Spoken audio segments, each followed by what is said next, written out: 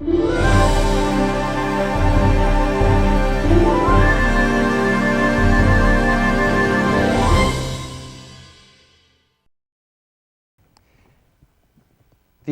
poet Adrienne Rich in 1977 in a commencement speech said these words: "An education isn't something you get, but something you claim." And this has been resonating with me for quite some time now. Every year, at the start of the year, first day of classes, I start off with one question and one goal. My one goal is to have all of my students' names memorized by the end of that first day. And my one question is to them, and it is, if you were to pick a career right now, what would it be? And it helps me memorize their names a lot better. And I get a whole lot of I don't knows. I get a lot of doctors and teachers, artists and musicians, but I don't get a whole lot of morticians. And this year was the year of Stephanie, the mortician. Now Stephanie, she openly dislikes math and physics, which happen to be the two subjects that I am certified to teach. And she's loving, she's happy, she's rebellious and rambunctious. And on a rare occasion, she'll pick her head up off her desk and say, "Mr. I?" And I'd say, "Yes, Stephanie, you have a question." And she'd say, "I'm bored." And the question, that wasn't in the form of a question, but the question is loud and clear. It's, what are you going to do about it, right? And there are many ways that I address this. Like many teachers, I focus on their styles of learning. We have meaningful projects and so on. And I collaborate with my amazing colleagues. But despite all of these attempts, several years ago, I felt like something was still missing. I started asking myself these big questions, like, what is Stephanie there to accomplish? And is it enough for me to stimulate her curiosity? Is it enough for me to show her ways to appreciate physics? She wanted to be a mortician after all. My students would make fun of me for contriving these connections between physics and morticians awkwardly, studying potential energy, and I'd say, okay, we've got a dead body on a table. So Stephanie, what's the potential energy that you would, so she would say, are you telling me that I would have to put on the makeup on a dead body on the floor? And as awkward as it was, I still kept having these questions of even what is my role as a teacher in the classroom? And the question, what do I expect my students to know at the end of the year, turned into, what do I expect my students to know in life? Because year after year, when I give a final exam on physics topics and skills, it seems uninspiring that that is the way that I measure the success of students. And multiply that by the number of courses that they have throughout the year, and you get traditional education, you get traditional schooling. And I began to think, what a reductivist approach to life. If the way schools are organized were a technology, then we're still living in the Victorian age. So what if, instead of going topic by topic, subject by subject, lab report by lab report, to pique their interest, what if we taught them to be interested? Could teachers teach students to be curious? After all, I didn't only want them to be interested in physics and science, I wanted them to be interested, period. I didn't only want them to be curious about what would happen if a feather fell next to a bowling ball. I wanted them to be interested about all of life's experiments. I wanted them to take risks. I wanted them to invent and create and innovate and be curious. And I wanted them to do this not for the sake of an assignment or for a grade, but for the sake of their own lives. And I know it sounds idealistic, but several years ago, I started this teaching experiment. And it went something like this, and it continues on to this day. I tell my students, find something that inspires you. And then formulate a guiding question and a focused problem, and that stems from that inspiration, and design a way to get good data, strong evidence, that leads to a strong conclusion or an answer or a solution, and you can choose the way that you would like to present it. And that first year that I tried this, it was somewhat of a flop. For starters, students would come up with questions like, how far is the sun? How far is the nearest black hole? What's inside of a black hole? What does a black hole smell like? And a lot of these questions I had to reject because, first of all, you can Google these things. And secondly, some of these questions weren't something that you can explore fully on your own. But from that first moment, I learned that even formulating a guiding question was a complex process. And I had to teach that. So even so, that first year, I did get a couple good questions. There was a captain of a volleyball team. She was clearly passionate about the sport, came up with the question, what is the best way to serve a volleyball? And it was a good question because she was focused on the biomechanics, wrist motion and heights. But it turned out that I organized that first project so poorly that not only was she sick of physics at the end of that project, but she was even more sick of volleyball. And, but I stuck with the experiment. And I stuck with the experiment because I learned so much that first year that gave me so much more insight. And, you know, research shows that failure, rather than something to fear, is an opportunity for growth, and therefore risk-taking is something that should be fostered. And and that's true for both students and teachers. And so I began to see glimmers of hope. I changed written feedback to what I call now lightning dialogue, where I give rapid, interactive feedback. I give them a time period where they are allowed to collect preliminary data so they can go back and maybe modify the question. I allow students to actually negotiate deadlines and action plans as long as they're fair, so they own the consequences. And so it began to improve. There was one student who was a boxer, and he asked the question, how does a boxing helmet prevent one from a jab? And not only was it successful because of all the strong evidence that he had to arrive at the conclusion that, yes, one should wear this inconvenient helmet, but it was also engaging for everyone to see as well. In fact, this was the first year, perhaps the last year, that I allowed a student to request that another student punch him hard in the head. In my advanced placement classes, there was a group of students who wanted to study really badly why the wiffle ball pitch was so elusive. But they didn't have the fluid dynamics to answer the problem, so they just took a statistical approach. Meanwhile, in my other physics classes, students would begin asking questions that are not directly related to physics. There's one thespian who really wanted to know how audience reaction would change with different facial expressions. There were students who wanted to know a lot about how the mind works. Artists who wanted to experiment with paints and photography. There was a student who posed the problem, how can I design an effective program run by high school students to prevent teen suicide? And another really struggling student who posed the problem, what is the best way I can design a diet for my diabetic aunt? And sadly, I had to turn these projects down. But what was so inspiring to see, because they didn't directly relate to a course called physics, but what was really inspiring to see was that all students at all levels with all abilities had all kinds of things to be curious about, all kinds of passions. And they were all determined to ask questions that meant something to them and that they really wanted to find a solution or an answer, despite how difficult it was to arrive at them.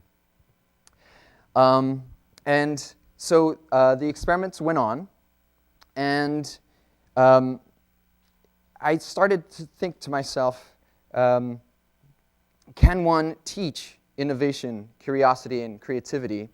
And there was this one senior who was a struggling student. He was checked out for many reasons, and he was an expert at recording music.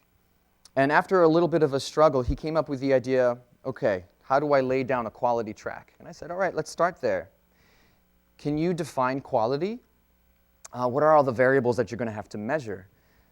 Not only was he able to answer these kinds of questions, but he was able to answer them really easily.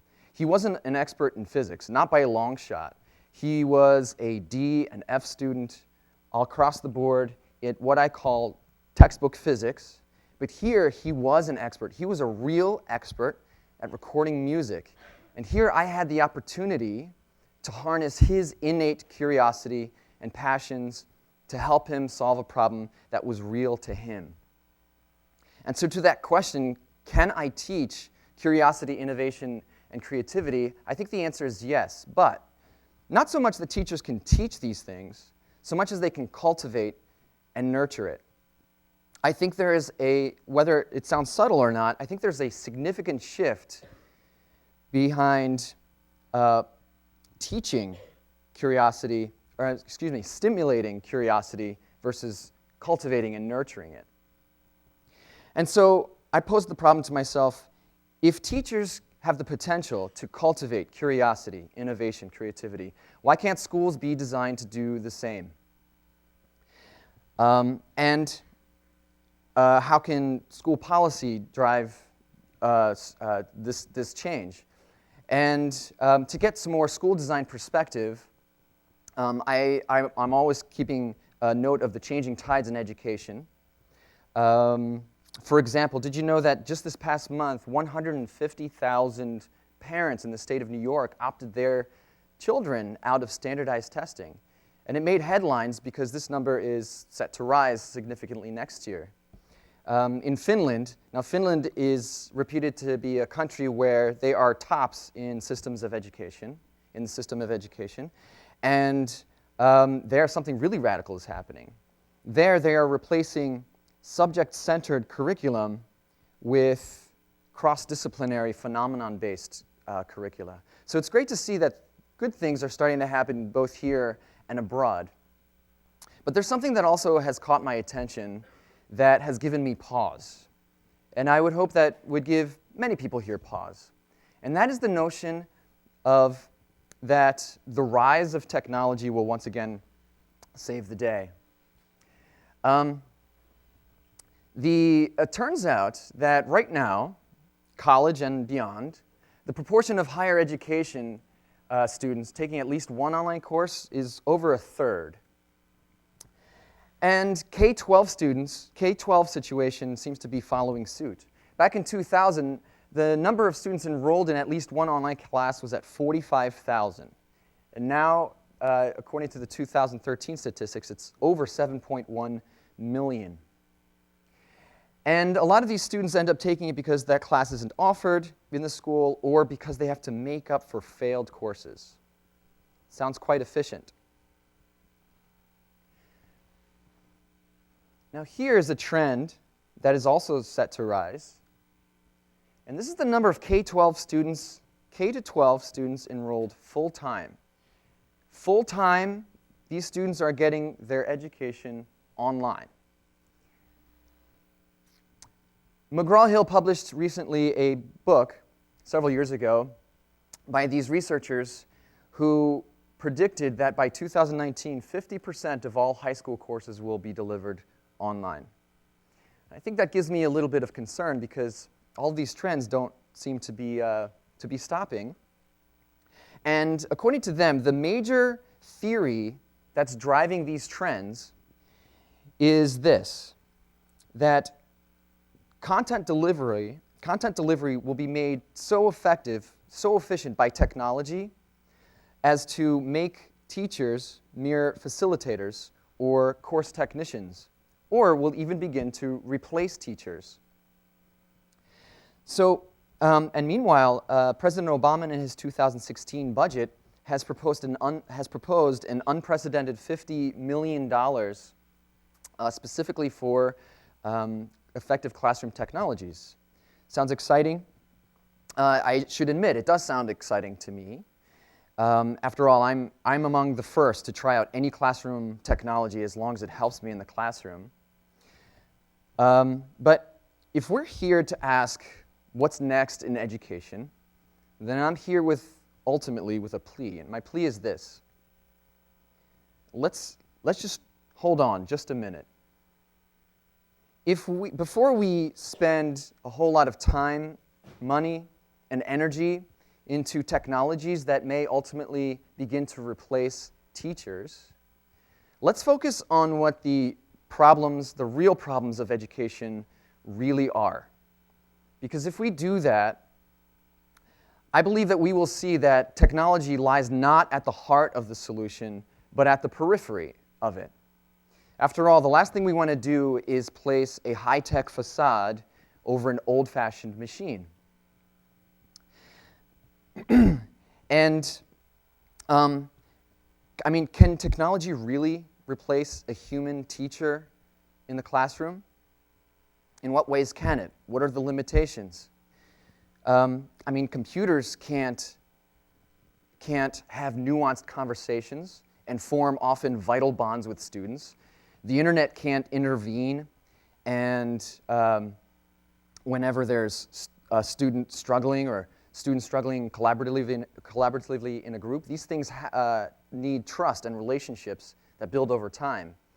Cultivation and nurturing are, by definition, human aspects of vital and organic ways of being that are very central to education. Now, technology aside, what about the old-fashioned way of doing school? What about our traditional subject-to-subject, classroom-to-classroom, topic-to-topic? Is covering all the major topics the way that we prepare students for college and the real life? Well, this is largely based on a myth. And this technology, this education model has been with us before, was created actually before the advent of electricity even. And there's research out there that debunks this myth.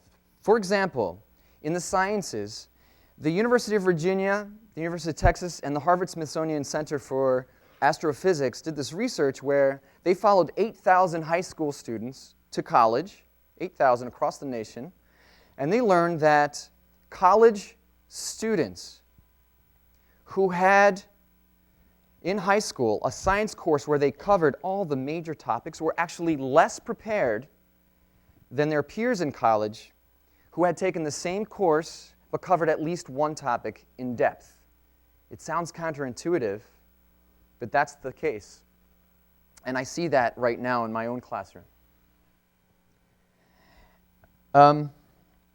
And I know that if we are to design schools to innovate, to cultivate and nurture things like innovation, creativity, even things like cultural competency, I know the implications are vast. Things are going to have to be monumentally reformed or eliminated. Things like subject-centered curriculum, schedules, and even colleges are going to have to modify their admissions processes a little bit to accommodate this paradigm shift, and many colleges have begun to do that. Teacher education would have to change a little bit. And so this past year, Stephanie ended the year with this research project with her artist friend, and her question, after much failure, after much preliminary data, they focused on the question, how can different lighting affect the appeal that makeup has on people? And they came away with some surprising data. They had a clever way of measuring appeal by interviewing a whole bunch of subjects with a whole lot of controlled photography. It was really clever. But they came away with the confirmation of their original hunch that makeup should be applied under a specific type of lighting, specific frequency of lighting, and should be photographed under a different kind of lighting. But what we've come away from that big experiment is a whole lot of things. But one of them is that science, thinking like a scientist, transcends the classroom. It transcends time. It happens everywhere. It's universal. And that is true for both academic cosmologists studying the cosmos, as well as cosmetologists studying cosmetics. So imagine designing a school, imagine designing curriculum where we are able to harness the innate curiosity and passions of every single student so all students will thrive. So that every single student has the passion, has the drive, has the innate curiosity, has the confidence to learn and try new things, so that when they do go off on their own, they want to solve the real problems of our time. And eventually, they get to that profound understanding that education wasn't something they got, but something they claimed. Thank you.